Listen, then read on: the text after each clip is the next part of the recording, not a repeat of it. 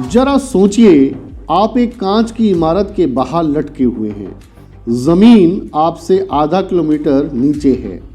हवा के तेज झोंके आपको धक्का दे रहे हैं और सबसे बड़ी बात, आपके पास ना कोई रस्सी है, ना कोई सेफ्टी बेल्ट और ना ही बचने का कोई दूसरा रास्ता। अगर हाथ फिसला तो सीधा मौत।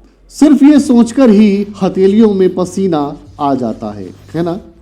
लेकिन एक शख्स ने ना सिर्फ ये सोचा, बल्कि दुनिया की सबसे ऊंची इमारतों में से एक पर चढ़कर ये करके भी दिखाया।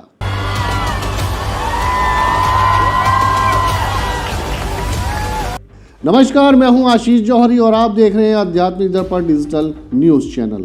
एक कदम अध्यात्म की ओर हम लेकर आए हैं रहस्य, रोमांच और अद्भुत कारनामों से भरी एक खास पेशकश, खास आपके लिए।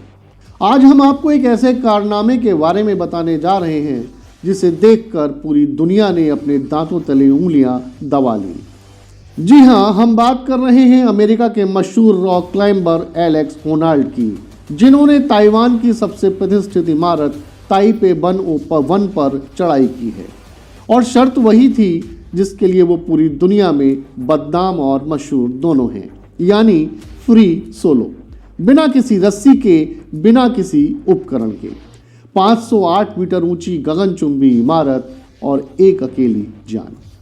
आइए सबसे पहले हम आपको बताते हैं कि यह चुनौती कितनी बड़ी थी।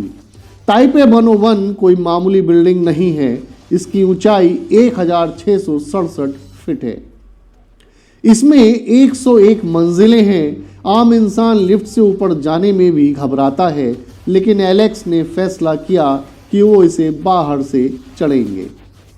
रविवार का दिन था और उस चढ़ाई को नेटफ्लिक्स पर लाइव दिखाया जा रहा था। जी हां, एकदम लाइव। यानी अगर एक गलती होती तो करोड़ों लोग एक हादसे के गवाह बनते।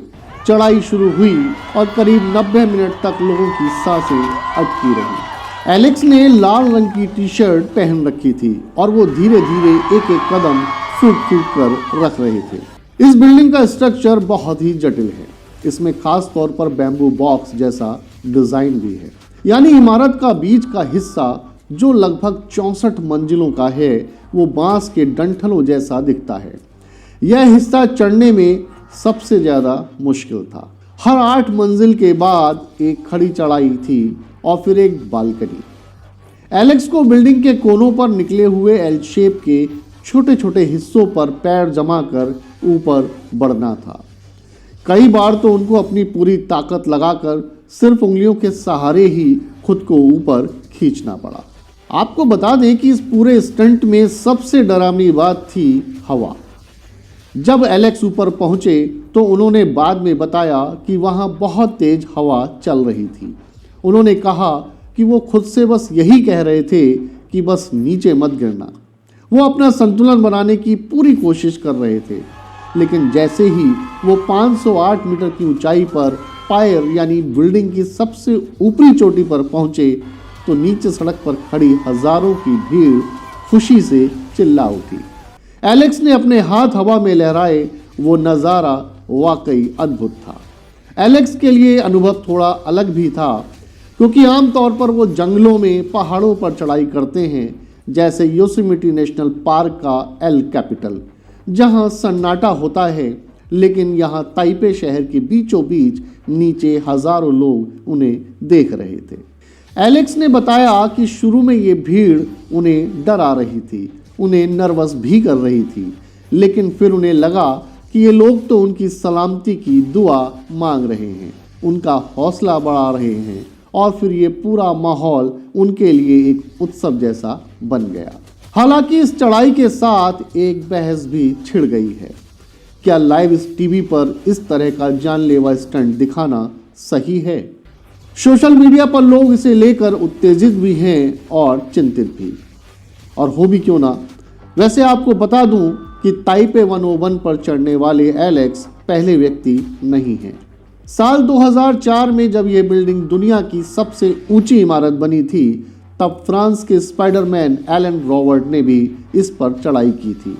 लेकिन फर्क यह है कि कि एलन ने रस्सियों और सुरक्षा उपकरणों का इस्तेमाल किया था। एलेक्स होनाल्ड ने जो किया वो फ्री सोलो था, यानी इंसान और मौत के बीच कोई दीवार नहीं थी।